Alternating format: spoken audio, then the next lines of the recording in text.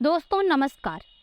कर्नाटक में मिली कांग्रेस की प्रचंड जीत इस बात की ओर इशारा कर रही है कि कांग्रेस के बुढ़ापे में जवानी अभी बाकी है और अभी भी वह सत्ता का खेल पलटने में महारत हासिल की हुई है।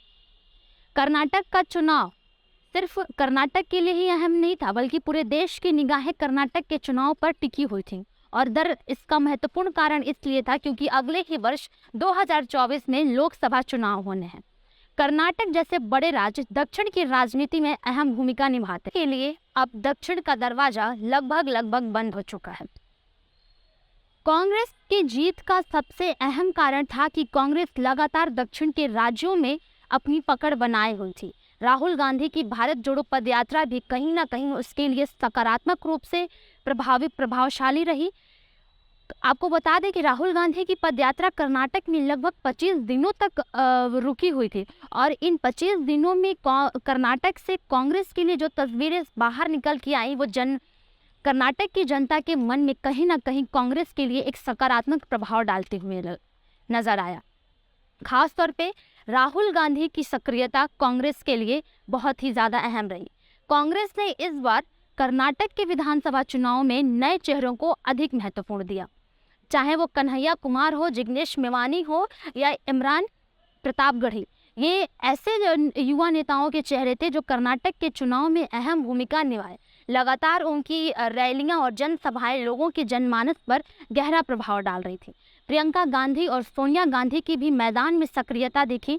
खास तौर पर राहुल गांधी की सक्रियता, जो वो लगातार कर्नाटक की जनता से जा के मिल रहे थे, फिर चाहे वो कर्नाटक की बसों में उनका सफ़र हो, स्कूली छात्राओं के साथ उनका सफ़र हो, कर्नाटक में जब इनकी पदयात्रा रुकी हुई थी उस दौरान भी किसानों और महिला कामगारों के साथ उनका मिलना, एक नेता के तौर पे या एक देखा जाए तो एक नेता से परे उनकी एक छवि बनकर आई थी, जो कि कांग्रेस के लिए कर्नाटक में प्रभावशाली रही।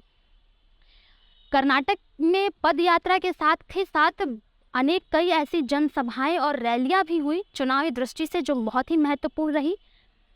प्रियंका गांधी की भी सक्रियता रही, लेकिन क्या वजह रही कि बीजेपी को कर्नाटक से बाहर निकलने पे मजबूर होना पड़ा?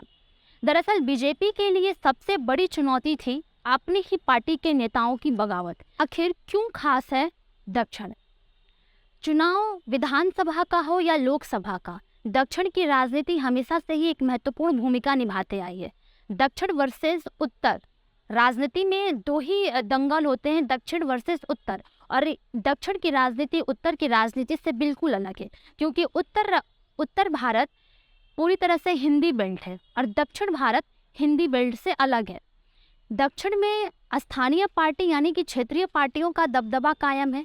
लोकसभा के हिसाब से देखा जाए तो दक्षिण में लोकसभा की कुल 129 सीटें हैं, जिस पर महज 29 सीटों पर ही बीजेपी है। बाकी सीटों पर कांग्रेस और अन्य क्षेत्रीय पार्टियों का दबदबा है। हमें रणनीति बदलनी होगी और कांग्रेस को भी लगातार कैंपेन और जनसभाएं करने की जरूरत पड़ेगी, क्योंकि वहां पर चंद्रशेखर राव, स्टालिन आदि बड़े क्षेत्रीय नेताओं के दबदबे के कारण उत्तर भारत की राजनीतिक पार्टियों का दक्षिण भारत में सरवाइव करना बड़ा ही मुश्किल काम है।